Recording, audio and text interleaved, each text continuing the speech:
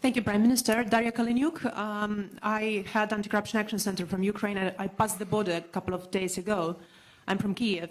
Most of my family, most of my team members are still in Ukraine, in Kiev, in Lviv.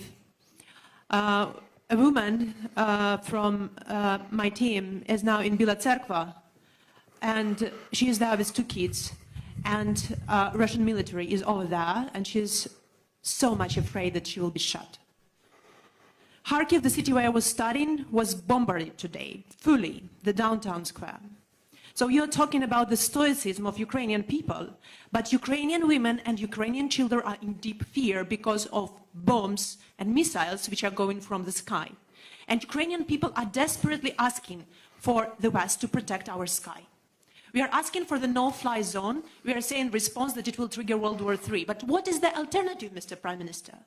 To observe how our children are, instead of planes, are protecting NATO from the missiles and bombs? What's the alternative for the no-fly zone?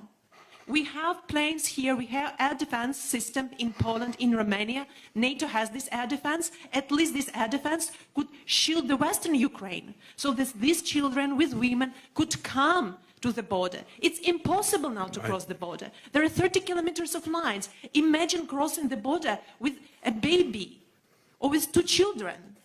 Britain guaranteed our security under Budapest Memorandum. So you're coming to Poland. You're not coming to Kiev, Prime Minister. You're not coming to Lviv because you are afraid.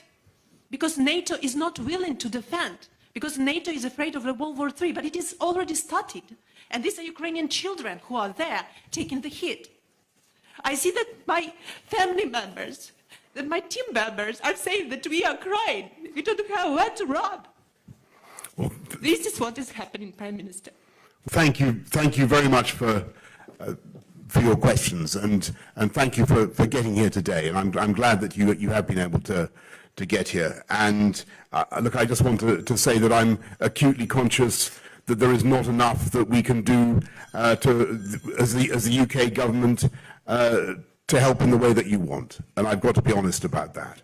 And when you talk about the no-fly zone, as I said to Volodymyr Zelensky, I think a couple of times, unfortunately, the implication of that is that the UK and would be engaged in shooting down Russian planes, would be engaged in direct combat with Russia. That's not something that we can do or that we've envisaged. And I think the consequences of that would be truly very, very difficult to control. What we can do is all the things that we are doing already, and providing as much help and support to the Ukrainians as we can. And as I said to you earlier on, the UK was the first European country to offer military assistance. Also doing everything